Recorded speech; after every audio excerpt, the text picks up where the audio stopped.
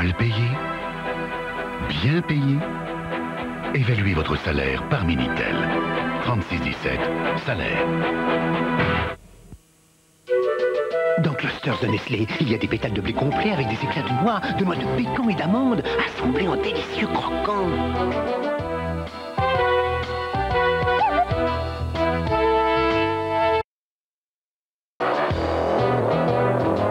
Quand il faut craquer ces Clusters de Nestlé. 3615, Crédito. Jouez, jouez, jouez. Gagné! Il a déjà gagné une télé et un magnétoscope et il m'a promis la machine à laver la vaisselle.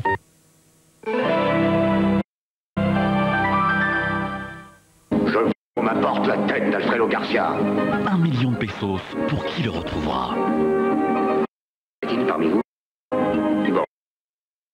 Je vous le trouverai. Et l'aventure commence. De quoi faire Alfredo Garcia? Faites pas cette gueule-là. Bravo! J'avais pas l'intention de les tuer. Je sais. Apportez-moi la tête d'Alfredo Garcia, lundi 22h35 sur TF1.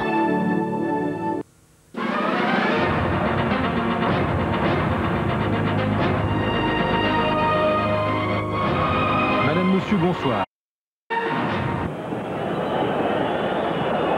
Il y a quelques heures à peine, ce policier, grièvement blessé hier soir par les supporters du Paris Saint-Germain, était encore en salle de réanimation.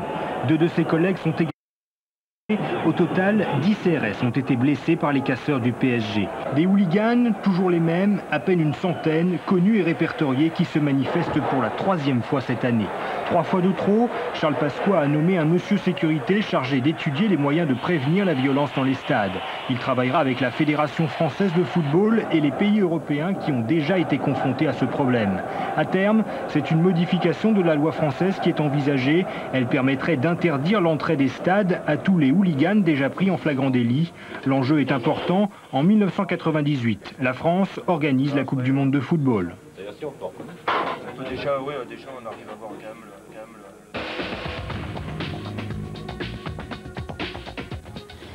Ils sont utiles, leur mission est essentielle, mais ils ne seront pas plus nombreux demain en ex-Yougoslavie. Le ministre de la Défense l'a annoncé ce soir sur TF1. Le redéploiement des soldats français mis à la disposition de l'ONU ne concerne pas la Bosnie. En Bosnie, pour l'instant, notre intention n'est pas de renforcer nos effectifs, car nous sommes les premiers à avoir répondu à l'ONU et à la communauté européenne après le sommet de Copenhague. Et donc je souhaite que les autres Européens, les Américains par exemple, puissent, s'il y a un plan de paix, nous aider à le faire appliquer. François Léotard était à Sarajevo pour rendre visite au capitaine français blessé il y a 4 jours près de la capitale bosniaque.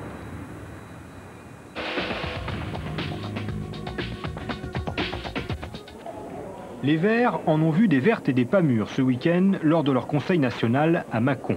Une poignée de partisans d'Antoine Wechter qui réclament l'indépendance politique totale a fait sécession. Ils ont créé une coordination de Verts indépendants. Ce qui, bien sûr, n'a pas à Dominique Voynet et à ses supporters, partisans, eux, d'une ouverture à gauche. Conséquence, réunion d'urgence du Conseil exécutif, 1h30 de huis clos pour décider de ne rien décider et de se réunir de nouveau mardi prochain. Les partisans d'une Europe politique et fédérale doivent engager la lutte, ensemble si possible, et comme on ne peut pas demander l'impossible, à tout le moins avec toute la clarté nécessaire. L'appel à la mobilisation de Jacques Delors, le président de la Commission européenne, s'engage dans la bataille après les soubresauts monétaires de cet été. C'était à Lorient ce dimanche, la clôture des journées du Club Témoin. Les négociations de paix au Proche-Orient, sans doute à la veille d'un tournant historique. Israël et l'OLP pourraient signer très prochainement un accord prévoyant l'autonomie des Palestiniens à Jéricho et dans la bande de Gaza. En prévision de cette possible autonomie, Yasser Arafat a l'intention de transférer 800 millions de dollars dans les territoires occupés. De son côté, Israël pourrait reconnaître prochainement l'OLP. La Knesset se réunira demain pour examiner les implications de ce nouveau plan de paix. C'était le 28 août 1963, 30 ans après Martin Luther King, 30 ans après son message contre la ségrégation raciale aux États-Unis, plusieurs dizaines de milliers de personnes ont tenu à commémorer la célèbre marche du pasteur noir pour les droits civiques hier après-midi à Washington. Aujourd'hui encore, près de la moitié des Américains pensent que les relations entre blancs et noirs seront toujours problématiques.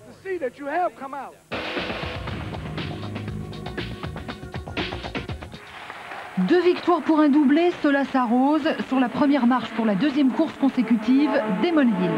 Le circuit de Spa en Belgique a porté chance à l'écurie Williams-Renault puisqu'Alain Prost a pris la 3e place. Second, Michael Schumacher, Ayrton Senna finit 4e. Alain Prost confirme en tous les cas sa course en tête du classement des pilotes. Heureux comme s'il avait décroché la Lune. Pourtant cet Armstrong-là est un cosmonaute du cyclisme. À 21 ans, le Texan Lance Armstrong remporte le championnat du monde de cyclisme sur route. Il s'est même payé le luxe de gagner devant Miguel Indurain, second à 19 secondes. Mais cette journée de championnat a surtout été marquée par des chutes et des abandons en série. Parmi eux, le Français Jean-François Bernard. Enfin, quand Zelezny dépasse Zelezny, cela s'appelle battre un record personnel, lancer du javelot, 95,66 m contre 95,54 m. Le Tchécoslovaque Zelezny a donc battu aujourd'hui à Sheffield en Angleterre le record du monde qu'il avait lui-même établi en avril dernier en Afrique du Sud. Le président du Centrafrique renonce à modifier le code électoral pour annuler le